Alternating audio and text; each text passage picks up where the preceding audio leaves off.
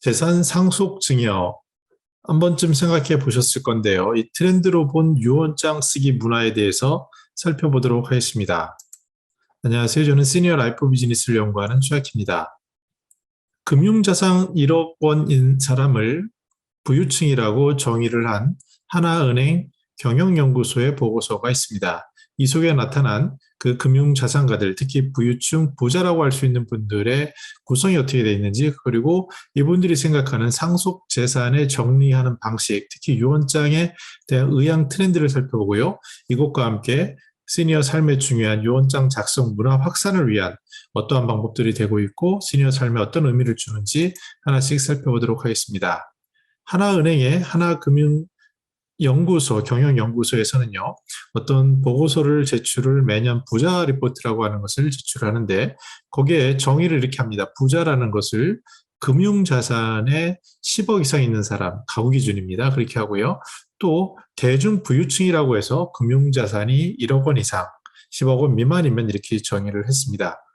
이게 어떤 의미냐면요. 실제로 이제 부동산 자산을 가진 분들은 많이 있지만 금융자산, 주로 이제 예적금이라든지 뭐 주식펀드 이런 게 되겠죠.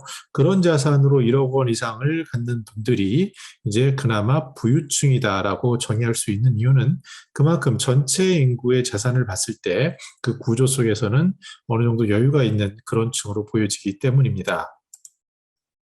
이 챕터 중에 부자와 대중부유층의 상속과 증여라는 부분을 좀 자세히 살펴보도록 하는데요. 여기서 나오는 부유층 이상의 사람들은 보유한 자산의 절반 정도는 이제 당신이 쓰고 나머지 노후준비에 사용을 하고 나머지 절반은 상속 또는 증여를 하겠다라고 이야기하고 있습니다. 먼저 그러기 위해서 이 부자들의 자산 구성을 볼 필요가 있는데요. 정말 부자라고 할 수 있는 금융자산이 10억 원 이상인 분들을 보게 되면은 이분들은 아무래도 부동산 자산 비중이 53% 정도고요. 나머지 금융자산이 45% 정도로 구성이 됩니다. 반면에 대중부유층이라고 할 수 있는 분들은요, 아무래도 집이 가는 가치가 더 크기 때문에, 비중이 크기 때문에 부동산 자산은 약 76%로 상승을 하게 되고, 이제 금융자산은 26% 정도로 약간 적은 것을 알 수 있습니다. 여기서 일반적인 그럼 65세 이상들의 평균 데이터를 보면요, 약 80% 정도가 이런 부동산 자산이 차지하는 것을 우리는 알 수 있습니다. 최근에 서울 매매의 이제 매매건 중에서 증여 건수를 보니까 무려 36%가 매매가 일어난 게 증여로 일어났다라는 그런 보고가 있습니다. 그 이유는 보유세, 부동산에 대한 세금이 이제 강화가 되면서 내가 보유세 낼 바에는 증여세를 내겠다. 이런 결단이 반영된 거라고 할 수 있는데요.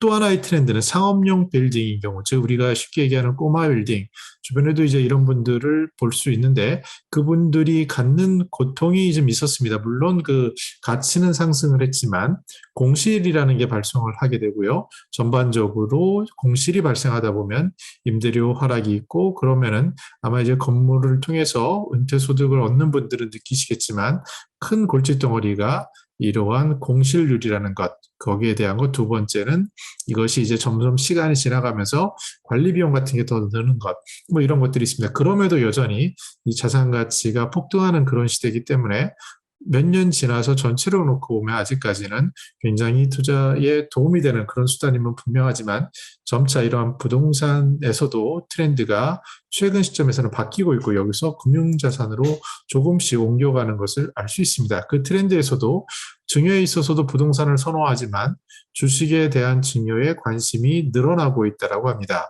그 이유를 보면은요, 만약에 주식을 장기 투자 상품으로 봤을 때 주식이 오랫동안 상승할 가치가 가능성이 있고요.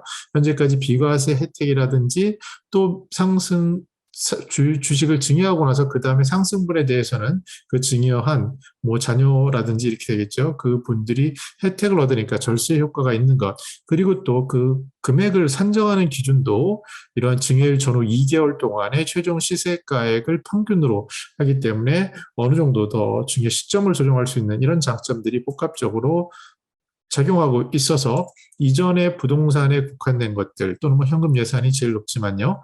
그 전체는 부동산이 한 52%, 현금 예산이 예금이 49%인데 주식 채권 펀드 이런 것들도 점차 뭐 17에서 20%로 늘어나고 있음을 우리는 엿볼 수 있습니다.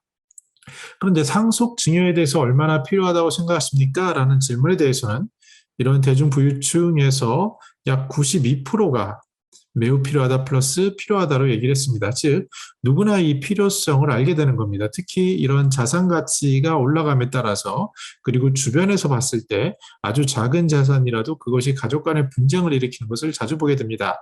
실제로 상속 분쟁 건수가 이혼 분쟁 건수보다 늘었고요. 그 다음에 상속 분쟁이 우리가 큰 돈이 있는 사람들만 하는 거라고 착각을 할 수 있지만 1,000만 원 또는 1억 미만도 전체의 절반 이상 정도를 차지하는 것을 봤을 때 이 상속과 상속에 대한 분쟁은 누구에게나 일어날 수 있는 그런 문제라고 할 수 있고 특히 은퇴자들, 집 한 채 가지고 계신 분들, 부동산 자산이 80% 이상인 분들에게서는 절대적인 그런 문제라고 할 수 있습니다. 근데 실질적으로 구체적으로 어떤 방법으로 탐색을 해보냐에 대해서 있다고 한 사람은 29%에 그치고 있어서 이렇게 경제적인 관점에서 어느 정도 부를 가지고 있는 분들, 그런 분들조차도 그 방법론에 대해서는 어느 정도 아직은 문화가 형성되지 않은 것을 엿볼 수 있습니다. 그러면 이 사람들이 선호하는 상속 재산을 어떻게 정리하기를 바라느냐 했을 때 유언장, 즉 자필 증서에 의한 유언장이 가장 쉬운 방법이라고 할 수 있죠. 그 방법에 대한 선호도가 35%로 높았습니다. 특히 고령자일수록 유언장 작성을 선호하게 되고요.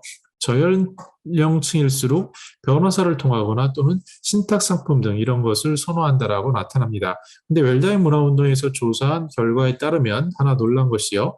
40대인 경우에 유언장을 작성하겠다라는 비중이 상당히 높게 됩니다. 그런데 이러한 유언장에 의한 자기결정으로 미리 준비하지 못했을 때는 법원에 의해서 상속재산 분할이 일어나게 되는 여러 가지 갈등이 발생하는 경우가 많다고 합니다. 그런데 유언장을 그럼 작성했냐? 의향은 아까 높은 걸 알았는데 이미 작성했다는 2% 정도에 그치고 있고요.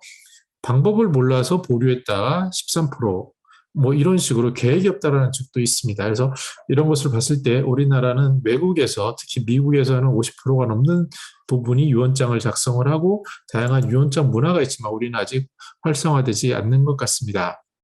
작년 말에 유언장 쓰는 문화 조성 및 유산 기부 활성화를 위한 이러한 캠페인이 있다라고 보고가 되었습니다. 특히 한국자선단체협회 그리고 웰다인 문화운동이 주축이 돼서 하게 된 건데요. 이 캠페인은 유언장을 써보는 것 그리고 유산 기부에 대한 인식 개선, 상속 증여에 대한 무료 상담, 토크 콘서트, 실무자 교육, 온라인 유튜브 캠페인 이런 것들로 구성이 됩니다.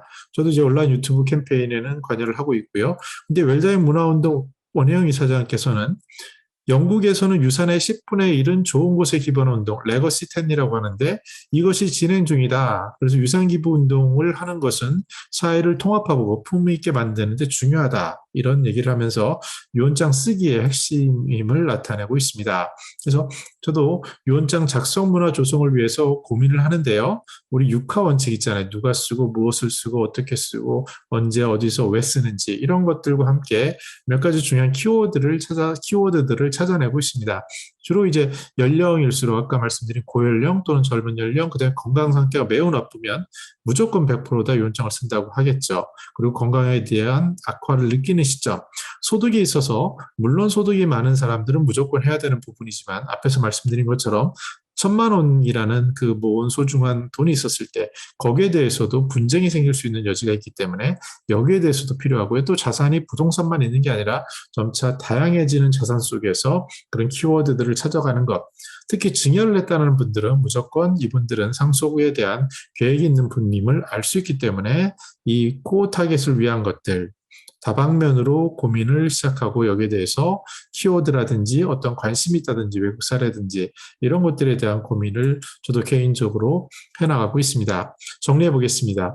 그리고 유언장 쓰는 문화는 웰다인 문화운동에서는 자기결정권이라고 얘기를 합니다. 자기결정권의 핵심은 그 중에 하나가 바로 자기가 결정하지 않음으로 인해서 생기는 사후 갈등을 줄여주는 건데요. 그러기 위해서 상속 증여라는데 그 물리적인 수단을 시행하는 방법 중에 가장 많은 쉬운 방법이 자필 증서에 의한 유언장 작성이라고 할 수 있겠습니다. 물론 여기에 상황에 따라 변호사의 도움을 받거나 안 받거나 할 수가 있고요. 또 최근에는 금융기관의 도움을 받아서 신탁상품 이런 것들도 나타날 수 있습니다. 중요한 것은 한평생 피땀 흘려 모은 그 소중한 재산이 어떤 경우에는 사후 갈등으로 전락될 수 있고 또 일본의 경우에 빈집 문제가 심각한데 이 빈집 문제로 인해서 새로운 사회의 비용 구조가 발생이 되고요. 이것을 방지하기 위해서 부동산 신탁이 활성화된다라는 어떻게 보면 아이러니하지만 그러한 현상을 우리나라도 곧 보게 될 것으로 보여지고 미국 은퇴자협회라는 3,800만 명이 모인 그런 단체에서도 최근 들어서 물론 전부터 있었지만 더욱더 강하게 이러한 부동산 신탁에 대한 컨설팅 제휴 이런 것들이 부각되는 것을 볼 수 있습니다.